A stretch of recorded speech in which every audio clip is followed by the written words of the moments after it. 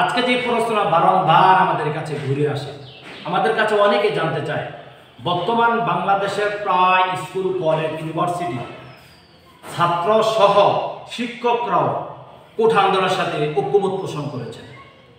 আমরা জুলাই মাসের একেবারে শুরু থেকে যদি এই কোঠা আন্দোলনের ছাত্রদের দৃশ্য যদি দেখি, কিছু কিছু মূল পয়েন্টে তারা 10 জন, 20 জন, 100 জন, 200 জন করে তারা মূল পয়েন্টে শুধুমাত্র একটি অধিকার নিয়ে কথা বলতে চেয়েছিলেন। তারা অধিকার নিয়ে আন্দোলন করতে চেয়েছিলেন ক্ষুদ্র ক্ষুদ্র ক্ষুদ্র ক্ষুদ্র আকারে, ছোট ছোট আকারে। তারপর কয়েকদিন গড়িয়ে যাওয়ার পরে বিশাল এক বিস্তৃত প্রবলেম তৈরি হয়ে গেল। এ বিষয়ে আপনাদের সকলে জানা, সেটা প্রচার করতে চাচ্ছি। তারপর ছাত্রদের সাথে আজকে আমরা দেখলাম ঢাকা ইউনিভার্সিটি টিচার সহ, জাহাঙ্গীরনগর ইউনিভার্সিটি টিচার সহ এবং বাংলাদেশের অন্যান্য ইউনিভার্সিটি টিচার এবং পাবলিক বিশ্ববিদ্যালয় সহ এবং অন্যান্য স্কুল, কলেজ, ইউনিভার্সিটি শিক্ষকরা সহ তাদের সাথে ঐক্যমত পোষণ করে তারা মাঠে নামছে। এখন আমাদের কাছে একটা প্রশ্ন জাগে বারংবার, কোঠা আন্দোলন যারা করছেন সেটা বৈধ কিনা? আপনার অধিকার আদায় করার জন্য আপনি যেই কোনো বক্তব্য দিতে পারেন, এটা অবশ্যই বৈধ। ইসলাম আপনাকে সে বিষয়ে একমত পোষণ করেছেন।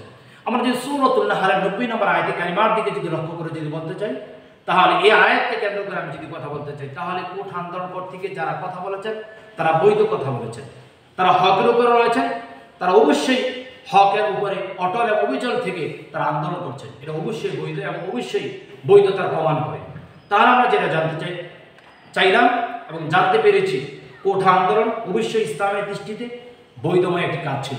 যারা এই আন্দোলনকে দুলিশাত করতে চেষ্টা করেছে, যারা এই আন্দোলনকে তছনছ করে দিয়েছেন, যারা ছাত্র জীবনকে বিচ্ছিন্ন করেছেন, গুলিবিদ্ধ করেছেন, তারা মূলত অন্যায় করেছে, তারা মূলত অত্যাচার করেছে, তারা মূলত জালিমবাজ। কিয়ামতের ময়দানে তারা জালিমের কাঠগড়াতে দাঁড়াতে হবে। কেননা আমার অধিকার রয়েছে, ইসলাম আমাকে অধিকার দিয়েছেন, রাস্তা আমাকে অধিকার দিয়েছেন আমি কথা বলার। আপনি আমার কথা বলার অধিকার কেড়ে নিয়েছেন, আপনি আমার মুখ চেপে ধরেছেন। এটা কখন ইসলাম বৈধতা প্রদান করে না।